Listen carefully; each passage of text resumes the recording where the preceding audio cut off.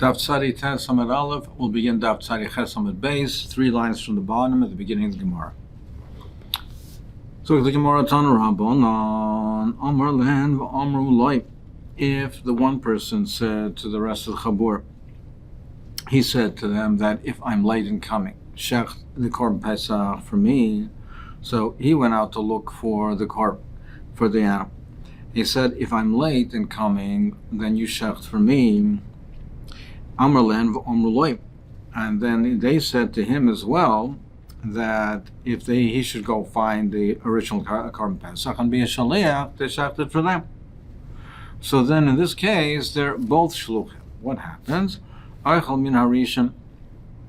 Then whichever one is shechted first, the one that shechted first, since they're both shluchim for each other, the one that shechted first, they can both eat from it. They're both yoytze with the first one that shechted, and they can eat from it. And then the one that's remaining, the one that's shechted second, is taken out to be burnt.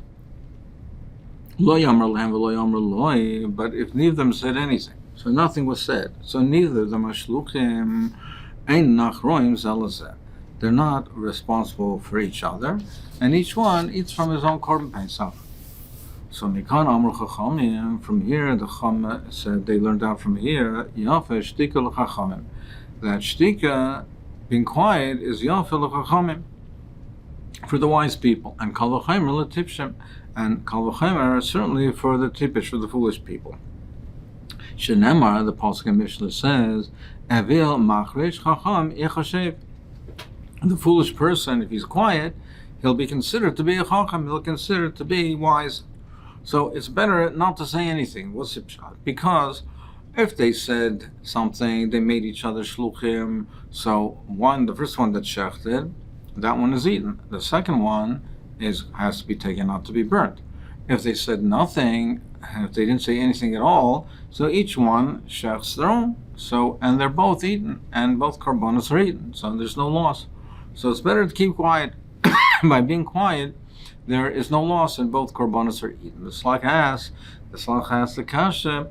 Well, that's fine if they both independently shecht. But if it turns out that only one was shechted, so in the case where they did not say anything and they did not make each other shluchim, so if they didn't say anything, then one will be yoytze and the other one won't be yoytze. When they said something and they made each other shluchim, then they'll both be yoytze. The slach answers that even in such a case, even in a case where only one is shechted, there's still a certain loss in the case where they spoke to each other and made each other shluchim as opposed to being silent. Because if they didn't say anything, they were silent and they didn't make each other shluchim, so in that case, when it will turn out to be that the one that shechted first, the one that shechted Korban Pesach, and the one that they're yoytze with that Korban Pesach, the one that did shecht, he's nitchal Pesach Sheni, he's pushed to Pesach Sheni, and al kol panim, he will be able to eat from the Korban Pesach and Pesach Sheni.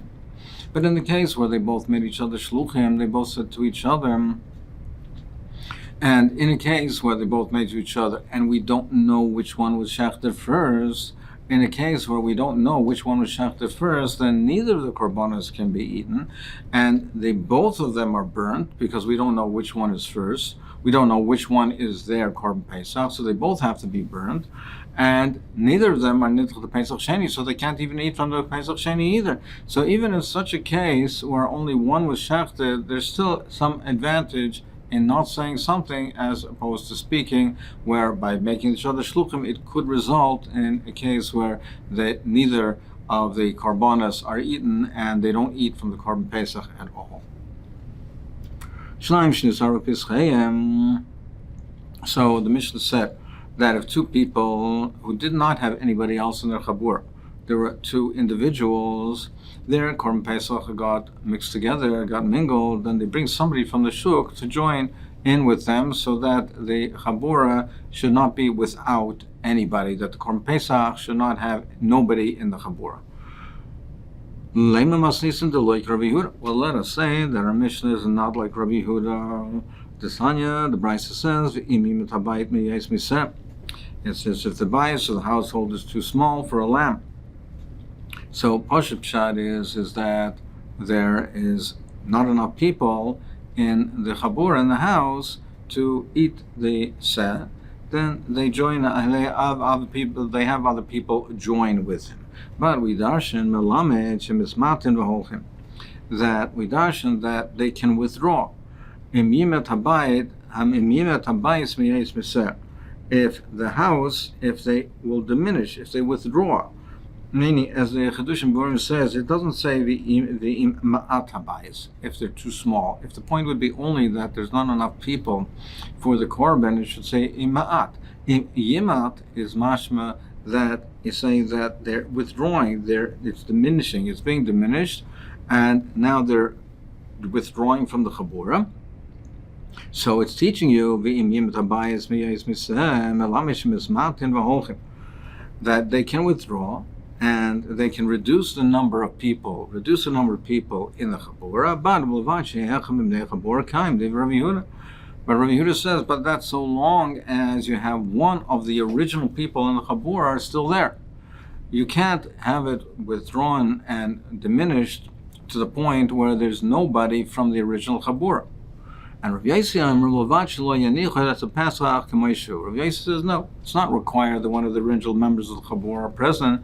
It just means that you can't have it that it's they're withdrawing and nobody's left in the chabura. Even for a short period of time, it can't be that the Korban Pesach has nobody in the chabura. But according to Rav Yehuda, he holds that you have to have one of the original people in the chabura. Now, our Mishnah says you have two people, their Korban Pesach got mixed up. They take one person, each one takes another person from the shuk. Now, and they make the tanai, and they take the animal, they take one of the behemoths, and they say, if this behemoth is mine, this should be my Korban Pesach.